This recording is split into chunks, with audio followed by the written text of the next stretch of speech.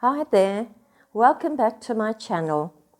Today's powerful word comes from Helen Calder, and she's from Melbourne, Australia. Let's go straight into the word. It's titled Divine Orchestration. God is working on your behalf. Have you been facing challenges and uncertainty? The Lord wants you to know that as you have put your trust in Him, the Holy Spirit is at work, and even now, divine orchestration is taking place. It's a biblical principle that Paul describes this way. We know that all things work together for good to those who love God, to those who are called according to His purpose. That's from Romans chapter 8, verse 28. Divine orchestration refers to God working in the background, in the unseen realm, to bring about His purposes on earth in response to prayer. Hear God say, regardless of what it looks like right now, I am working within the scenes and I am moving behind the scenes. What an amazing truth, that the one who is the great conductor of the universe knows what you are facing right now, and He's extending His mercy and power towards you.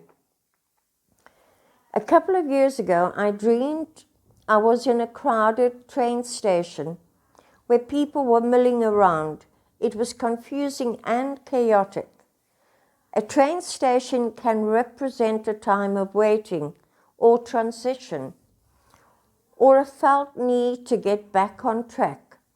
And no wonder, for I received the dream early in the pandemic, when we, along with so many globally, were in lockdown. So the following day, as we worshipped with our church online, I remembered the dream and asked the Lord about it. What a surprise I had. Suddenly in a vision, I saw a train carriage stopped directly in front of me with the door open. As though in a movie, it popped out of the frame, completely still, and Jesus was in the carriage. He was leaning forward, His arm outstretched, so that He could help me on board. I knew that time had stopped, and within that time frame, God was moving, and His angels were at work. Oh, glory, it gave me reassurance, especially as it was so vivid, and the sense of Jesus being there was so real. It was a "I've got this" message from God. See Jesus extending His hand to you right now. The one who loves you dwells in the eternal realm, and He already knows the future.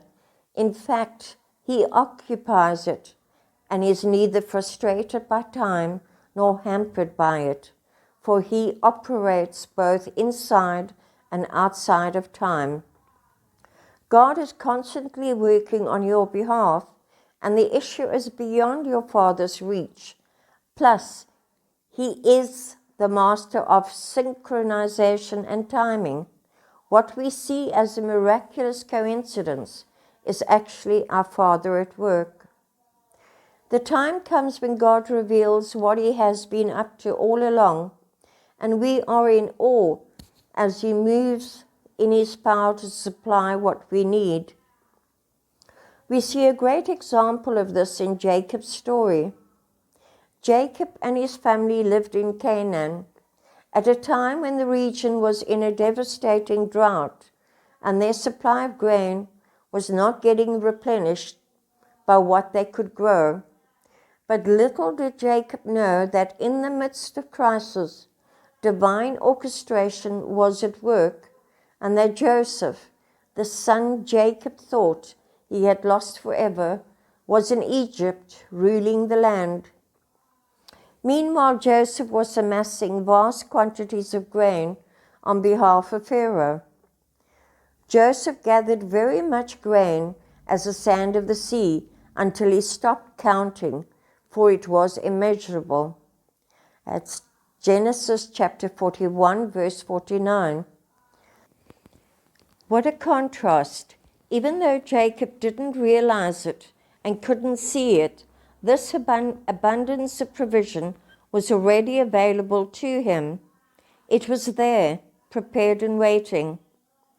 So God had already set aside what Jacob needed, yet all Jacob could see was a limitation in front of him, the dwindling grain supply for his household.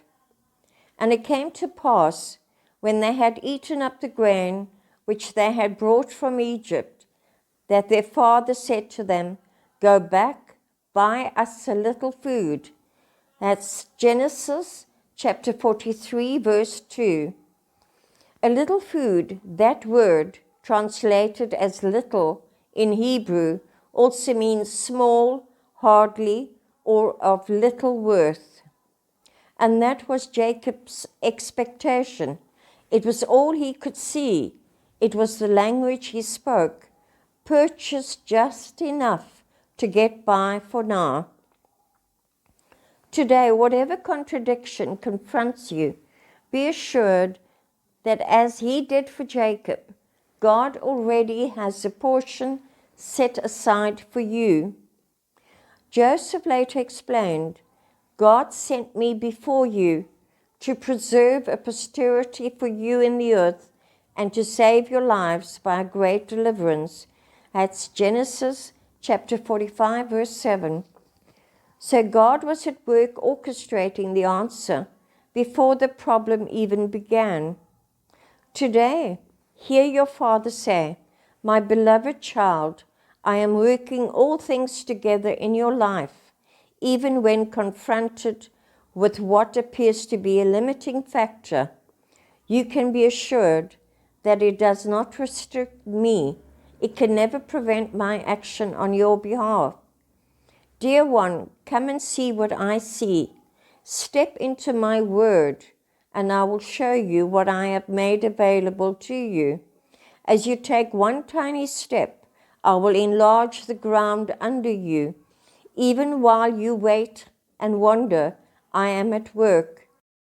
And together we will not be late. We will be right on time."